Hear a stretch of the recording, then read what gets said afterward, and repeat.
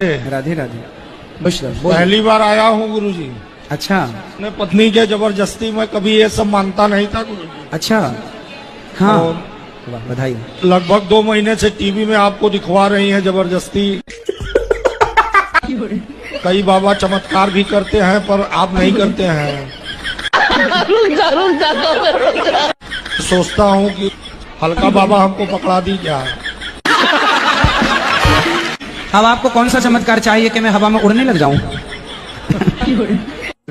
घर पे ना रूम लॉक करती है, अंदर बैठो, बाहर किस लिए जा रही हो, और अंदर बैठती हो तो क्या अंदर क्यों बैठी हो, बाहर निकलो, घर गृहस्थी में जाओ, बातें सीखो, और बाहर जाती हो तो बोलती है कि बाहर ऐसे सिखाएंगे तुमको, तेरी सास ऐसी हमसे है। क्या प्रश्न करना है ये बताओ। तुमको कौन सा रास्ता चुनना चाहिए, माई का या ससुराल? तुम्हारे घर का रास्ता इस तरफ से किस तरफ से बताओ। बाड़मेर। हाँ तो सीधा वहीं जाओ। अब पता नहीं ना कहाँ से टिकट लेना है, पता ही नहीं है। पढ़ी लिखी नहीं हो क्या? पढ़ी लिखी होती तो यहाँ थोड़ी होते। प्रणाम गुरु जी।